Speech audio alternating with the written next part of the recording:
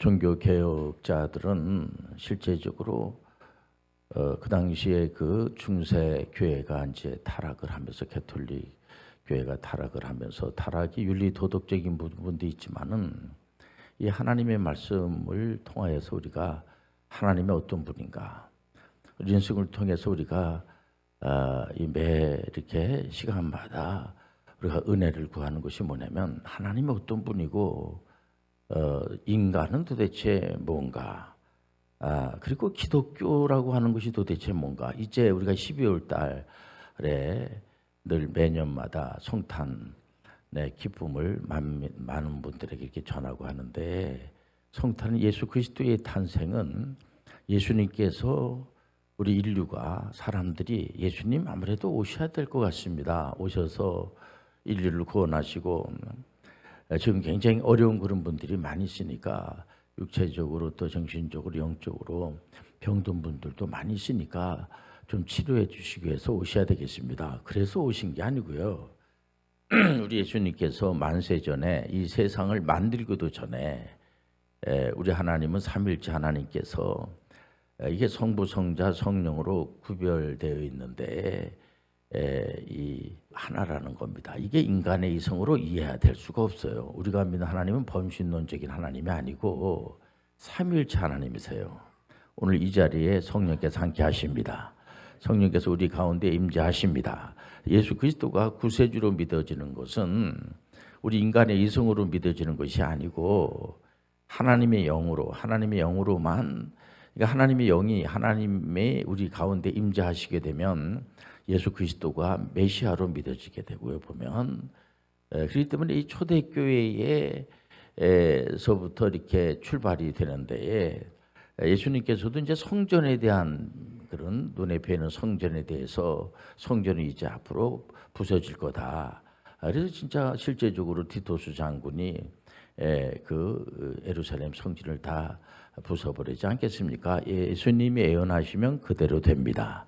미래에 대해서 우리가 두려워할 필요가 없는 게 뭐냐면, 예수님께서 미리 다 예언하신 그런 말씀들이 성경에 다 기록이 되어 있으니까 얼마나 감사합니까 진짜. 예수님은 우리의 요청에 의해서 오신 것이 아니고 예수님께서 기쁘신 뜻으로 우리를 구원하기 위해서 이렇게 오셨다는 사실을, 예수 그리스도가 과연 누구인가를 우리가 잘 아셔야지 돼요. 보면 이런 시간을 통해서 우리가 늘 예수님이 어떤 분이고, 우리는 완전히 그냥 이렇게 타락했기 때문에 하나님의 은혜가 아니면 우리는 이 세상에 이렇게 벌어진 존재가 아니고요. 보면 우리 교회도 이제 자녀들을 이렇게 하나님께서 선물로 주셔서 우리 그 가정마다 이제 자녀들이 이렇게 이제 출생을 하고 이렇게 하는데, 그 어머니 아버지가 얼마나 그 아이를 귀하게 여기고 그런지 몰라요. 어떤 우리 이제 간사는 미리 아이가 태어나기도 전에 그 미리 이름을 줘달라고 그래가지고 이번에 쌍둥이를 이제 출생을 했는데, 그래서 교회의 기쁨이 되고 가정의 기쁨이 되고 그랬는데, 이름을 나중에 그 아이가 지금 잘 모르죠. 나중에 그 아버지가 목사님한테 이름을 이렇게 미리 이렇게 해서 이제 출생 신고도 했다, 이런 거를 그 아이가 나중에 얘기를 해줘야지만 알지, 그 어린아이가 뭘 알 수 있겠습니까? 우리는 이 벌어진 존재가 아니에요. 다 여러분들 부모님들이 있듯이 하나님께서 우리를 기쁘신 뜻으로 이 땅에 보내주신 거예요. 그리고 우리가 눈동자같이 주님께서 지켜주시고 은혜로 인도해 주시고 축복으로 인도해 주시고, 예수님 오셔가지고 이제 공적인 사역을 할 때 이 제자 양성이 굉장히 중요하지 않습니까? 그 12 제자를 이제 선택을 할 때도 이렇게 보니까 예수님이 메시아인 것 같고 이렇게 큰 일을 담당하실 분 같으니까, 저분을 내가 쫓아다니면 내가 이제 그 메시아의 제자가 되고 큰 일을 감당할 수 있겠다 해가지고 제자가 된 분은 한 사람도 없어요. 예수님께서 기쁘신 뜻으로 일방적으로 예수님이 이렇게 제자들을 선택하는 걸 볼 수가 있습니다. 여러분들 잘 아는 신약의 성경을 13권 쓴 분이 사도 바울 선생님 아니겠습니까? 사도 바울 선생님도 이분이 내가 예수님의 제자가 돼야지 되겠다 해가지고 제자가 된 게 아니고요. 예수님께서 부활하신 예수님이 바울 사도가 이제 예수님 믿질 않았죠. 이분이 그 예수 믿는 사람을 아예 잡아가지고 이제 형무소에다가 집어넣고 또 순교시키고 하는데 앞장섰던 사람이 사도 바울이에요. 이 바울도 왜 하나님의 은혜로 말이에요. 바울을 복음 전하는 사람으로다가 이방 선교사로 선택할 수가 있어요. 그렇기 때문에 얼마나 감사한지 몰라요. 우리도 아무것도 몰라도 우리 하나님께서 일방적으로 은혜로 인도해 주신 거예요. 우리는 거기에 따라서 가면 되는 겁니다. 여러분들 잘 알다시피 예수님의 동생분이 육신의 동생분이 이제 여러 명이 있어요. 보면 예수님의 바로 밑에 동생분이 야고보, 그리고 이제 요셉, 시몬, 그리고 막내 동생이 유다가 아니겠습니까? 야고보도 예수님이 그 사역을 할 때에 메시아로 믿질 않았어요. 예수님이 하신 모든 사역을 믿지 않은 게 아니라 예수님이 참 그 모범적인 그런 생활을 많이 했죠. 동생들이 볼 때 우리 형님은 참 이렇게 모범적이고 성경도 많이 아시고 말해 보면 그래서 그 육신의 어머니 마리아가 이제 성전에 가서 랍비들하고 같이 이렇게 성경을 토론할 때도 예수님께서 너무 잘하니까 야, 이게 참 너무 똑똑하다 말이야 할 정도로까지. 그러니까는 그 형님이 이제 예수님이 아니겠습니까? 야고보가 늘 이제 형을 늘 쫓아다니고 그랬겠죠. 그런데 예수님이 메시아라고 하니까 구세주라고 하니까 그 믿을 수가 없는 거예요. 있는 그냥 그대로 그 막내 동생 유다도 믿질 않다가 예수님께서는 사망 권세를 물리치시고 부활하셨어요. 그래서 십자가 부활이 굉장히 중요한 겁니다. 십자가 부활이 없으면 안 되잖아요. 십자가를 예수님께서 지시기 위해서 오시고 십자가로 끝나면 안 돼요. 반드시 부활하셔야 돼요. 부활하시고 승천하셔서 지금은 하나님 우편에서 우리를 위해서 기도해 주시고 계시고, 그러니까 하나님 우리를 위해서 중보 기도하시고, 우리도 예수님이 우리한테 들려주신 것처럼 예수님은 항상 그 사역을 하실 때마다 하나님을 아버지라고 이렇게 고백을 하시면서 기도를 하고, 예수님만 그렇게 기도한 것이 아니라 우리 보고 또 너희들도 예수님의 이름으로 얼마든지 기도해. 그래서 개혁교회에 속해 있는 분들은 내 누차 말씀하고 강조하지만은 어느 누구도 자기 이름으로 다 기도하는 분들은 이단 사회 빼고는 없어요. 전부 다 예수님의 이름으로 기도합니다. 그렇지 자기 이름으로, 우리 죄 많은 우리 인생들이 무슨 이름으로 기도할 수가 있겠습니까? 우상 숭배하는 사람 빼놓고는 우리가 우상 숭배를 왜 구약 사람들한테 왜 우상 숭배합니까? 하나님의 선민들이 그랬더니 이분들이 하나님 앞에 뭐 기도해도 뭐 잘 응답해 주는 것 같지도 않고 도약하는 겁니다. 보면은 그야말로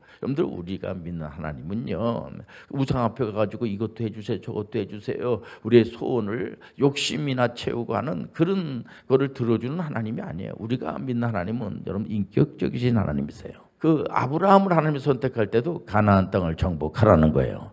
그래서 장 칼뱅 선생님도 직업의 소명서를 말하면서 그 직업도 하나님 주신 선물이라는 거예요. 보면은 그러니까 이 모든 것들이 하나님 선물이니까 얼마나 감사합니까? 그래서 그 예수님의 바른 밑에 동생 야고보는 처음에는 그 형님을 메시아를 믿질 않다가 부활하신 예수님께서 친절하게 그 동생을 찾아가 가지고 자세하게 설명을 해서 이제 메시아를 믿게 되고, 그 귀하는 예루살렘 그 공회의 초대교회 때 얼마나 힘듭니까? 그때 초대 의장으로 당당하게 지도자의 역할을 담당하면서 야고보서 1장, 2장, 3장, 4장, 5장을 쓰지 않았겠습니까? 써서 그 당시에 이제 흩어진 그런 유대인들 중에서 디아스포라한 분들이 있어서 로마까지 막 가서 이제 신앙생활 하시는 그런 분들이 많이 있었기 때문에 이분들에게 이제 서신을 이제 기록을 해가지고 이제 보내는데,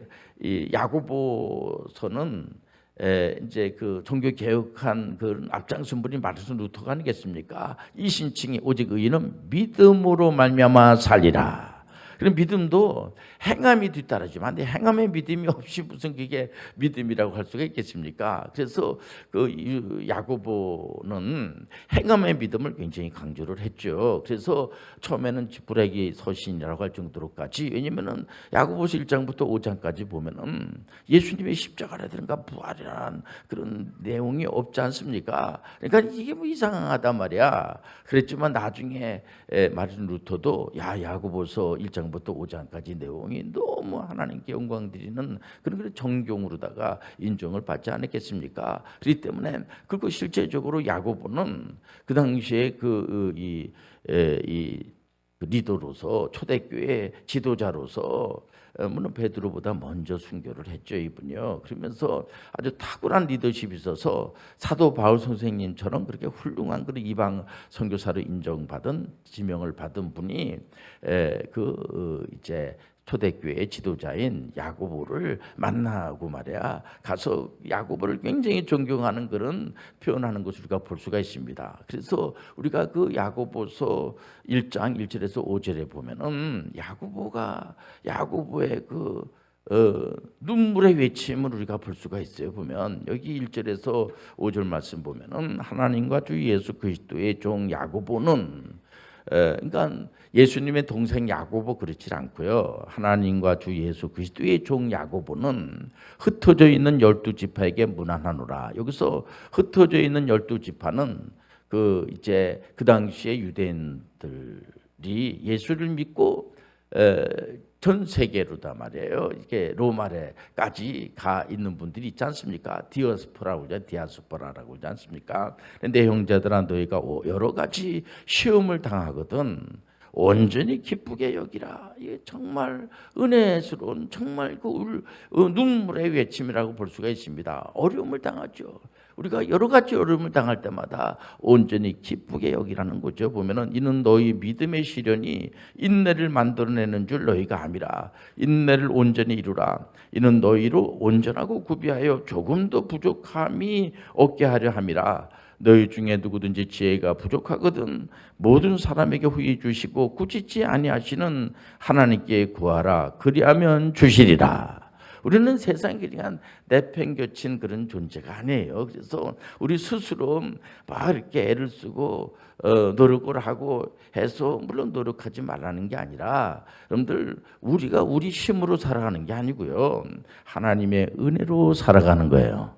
우리가 이제 봄, 여름, 가을, 겨울을 주고 겨울에는 이제 춥지 않습니까? 이러면서 사계절이 분명합니다. 우리 대한민국 같은 경우에는 보면은 물론 이제 저런 아프리카나 이런 쪽은 이제 열대 지방은 늘 덥고 이런 나라도 있고 어느 또 지역은 계속 춥기만 하고 하지만은 거기도 나름대로의 그 계절의 영향을 받을 수밖에 없죠. 보면은 그렇기 때문에 우리가 이 세상을 살아가면서 이 보편적 진리를 무시할 수가 없어요. 하도 여러분들 어느 단체든지 보면은 그냥 이 인내심이 부족하고 사람이, 우리 하나님은 우리에게 실력 있는 자가 되기를 원해요. 그러니까 그냥 이렇게 빈둥거리고 아무런 그냥 실력도 없이 말해 보면은 그러면 안 되죠. 보면은 우리가 칭의로 끝나면 안 되고요. 우리 구원의 문제는 하나님만 해결해 줄 수가 있어요. 그래도 우리가 노력해야지 되지 않겠습니까? 구원에 대한 문제도 이거 펠라기우스가 이제 그걸 주장을 했는데 그 이단으로 정죄가 됐어요. 그래서 오거스틴 같은 분이 그렇게 생각하면 안 돼. 성경을 보더라도 가장 여러분들 성경적인 그런 학자하면은 우리가 오거스틴이라고 그래요. 이제 여러분들 오거스틴이 하나님의 도성이라는 책도 쓴 거 여러분들 한번 읽어보시고 하면은요, 로마라고 하는 제국이 기독교 국가인데 막 무너지는 겁니다. 그러니까 어떻게 기독교 국가가 무너집니까? 기독교 국가도 무너져요. 우리가 실력이 없고 자꾸만 여러분들 로마 안에서 그냥 계속 싸우고 갈등이 심하고 그러면은요. 그래서 이 야고보가 이게 들리는 소문도 있고 여러 가지 어느 단체든지 간에 여러분들 믿음의 단체라고 해도 애가 아니에요. 보면은 뭐 싸우고 다투고 서로 시기하고 질투하고 그렇기 때문에 서로 사랑하라. 이 서로 사랑하라고 하는 것이요. 말로만 입으로만 그냥 그래 하나님 사랑하고 이웃 사랑하는 거야. 그러고 나서 바로 돌아서면 미워하고 남 뒤통수에다가 안 좋은 얘기하고 겉과 속이 다른 겁니다. 어떤 진심으로 그 상대방이 잘 되기를 원하는 그런 마음을 가지고 이런 순수한 그런 마음을 가져야 되는데 그냥 복을 빌어주는 것보다는 그저 시기하고 그냥 그냥 그래서 항상 말을 할 때에 조심해서 하셔야지 됩니다. 이 세치어를 가지고 사람을 죽이기도 하고 살리기도 하고 이런다고 말해. 어렸을 때부터